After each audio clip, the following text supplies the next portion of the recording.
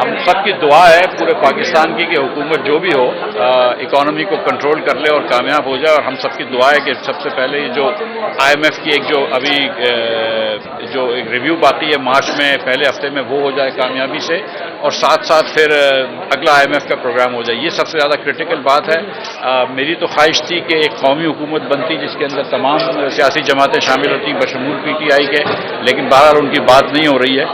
PTI کے بغیر ایک فریکچرڈ مینڈیٹ ہے، ٹوٹا ہوا مینڈیٹ ہے، سب کو ہی تھوڑا تھوڑا مینڈیٹ ملا ہے، تو حکومت چلانا دشوار ہوگی۔ اگر PTI بھی ساتھ ہوتی اور سب مل کے حکومت چل لیتے، کیونکہ پاکستان کے عوام نے جس طرح ووٹ دیا ہے تو کچھ لوگ چاہتے ہیں کہ PTI آئے، کچھ لوگ چاہتے ہیں مسلم لیگ آئے، کچھ لوگ چاہتے ہیں پیپلز پارٹی آئے، تو اگر سب کو مل کے کر لے حکومت تو زیادہ بہتر تھا، لیکن بہرحال حکومت دیر پا ہوگی یا آپ کے خیال سے کتنا عرصہ چلے گی؟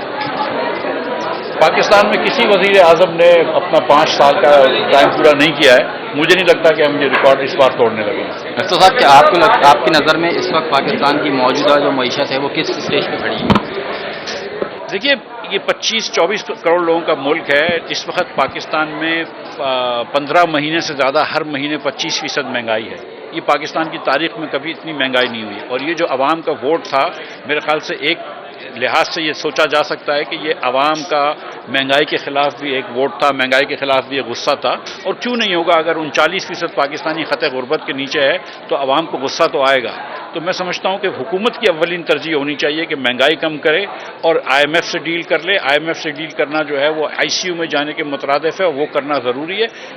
معیشت مشکل میں کھڑی ہے، لیکن اس کو آہستہ آہستہ نکال سکتے ہیں۔ صاحب یہ بتائیں کہ پیشوا پگارا ہو، عمران خان ہو، جماعت اسلامی ہو یا دیگر سیاسی جماعتیں سب کہہ رہی ہیں کہ الیکشن فیئر نہیں ہوئے۔ آپ کیا سمجھتے ہیں جو الیکشن ہوئے ہیں وہ صحیح ہیں اور اس کے جو نتائج ہیں وہ لوگ قبول کر لیں گے یا پھر حکومت بن پائے گی؟ پاکستان میں اللہ کی مہربانی سے کوئی بھی ایسا انتخاب نہیں ہوئے ماں سوائے 1970 کے جس میں ہارنے والے نے قبول کیا ہو، اور 70 میں بھی جو جیتے تھے اس کو آپ نے حکومت نہیں دی۔ تو سیاسی پارٹیاں بڑی خندہ پیشانی سے ریگنگ برداشت کر لیتی ہیں، ایز لانگ ایز کسی اور کے خلاف ہو، ان کے خلاف نہیں ہو۔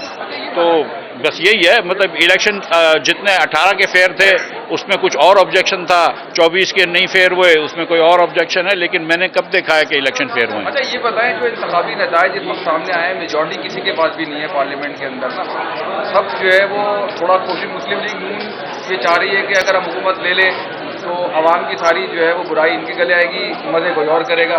PTI کے پاس بھی نہیں ہے۔ تو ایسی صورتحال کے اندر اگر حکومت کوئی نہیں بناتا تو اس کے بعد اس پارلیمنٹ کی یا جمہوریت کی کیا رہے گا؟